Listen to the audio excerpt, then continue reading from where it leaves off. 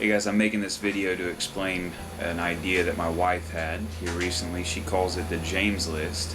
She's kind of modeling it after James 1:27, true religion, taking care of orphans and widows. And it's a list that looks something like this.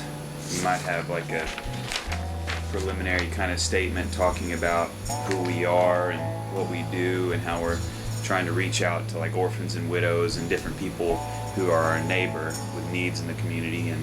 And basically it's like a petition to the church the pastor would give on Sunday morning, and just offering that opportunity to be on this list as this like combined database of resources, so that when we encounter people in the community that have certain needs, like hey, this person needs a place to stay, or this person needs their rent paid for, or this person needs like baby clothes, or different things like that. This person wanted to adopt, that we have that database to dip into and to help take care of those needs and meet those needs. And so it also has a couple different benefits when being implemented, and I think that one of them, it could be like a preliminary kind of implementation of your feeling out churches in the area and seeing if they'll be sympathetic towards abolition, or if they'll have any inclination to love their neighbor.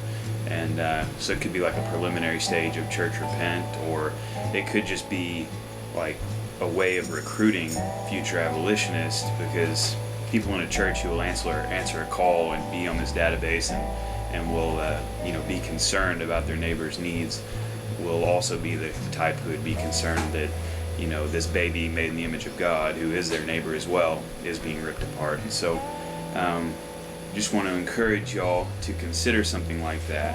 And if you need it, we have like a kind of preparatory statement and everything all drafted up, and if you'd like to get one from us, abolitionist society of Burleson at gmail.com. I appreciate it.